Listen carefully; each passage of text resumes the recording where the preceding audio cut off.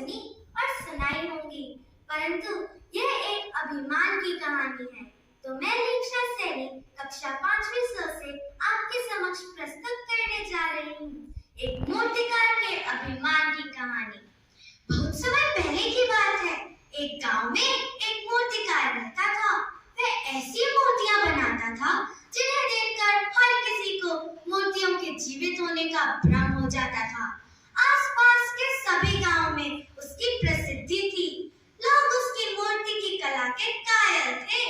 इसलिए उस मूर्तिकार को अपनी कला पर बड़ा घमंड था। जीवन के सफर में एक वक्त ऐसा भी आया जब उसे लगने लगा कि उसका अंत समय आ गया है, वह ज्यादा समय तक जीवित नहीं रह पाएगा। यह सोचकर वह परेशानी में पड़ गया। उसने यमदूतों को भ्रमित करने के लिए एक योजना बनाई।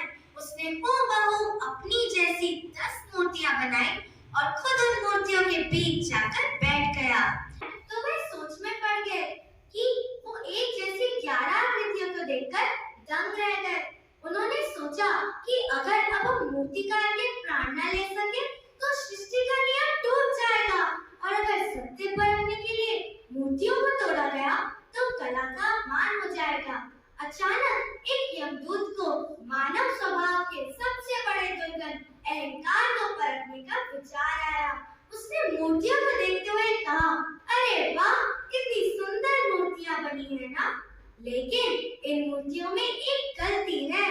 काश मूर्ति बनाने वाला मेरे सामने होता तो मैं उसे बताता कि मूर्ति बनाने में क्या गलती हुई है।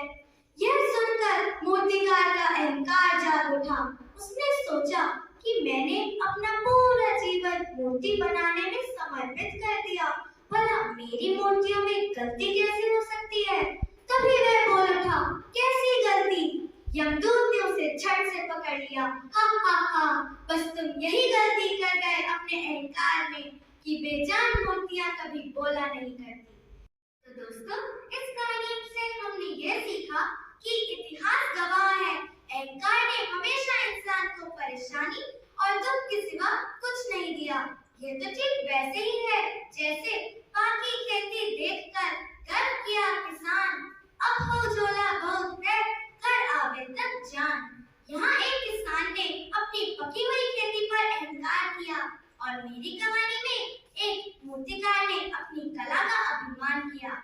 यह काम मैं कर सकता हूँ, यह गर्व कहलाता है, और यह काम सिर्फ मैं ही कर सकता हूँ, यह अहंकार कहलाता है। तो दोस्तों, हमें अपनी कला और अपने गुणों पर कभी अभिमान नहीं करना चाहिए। धन्यवाद।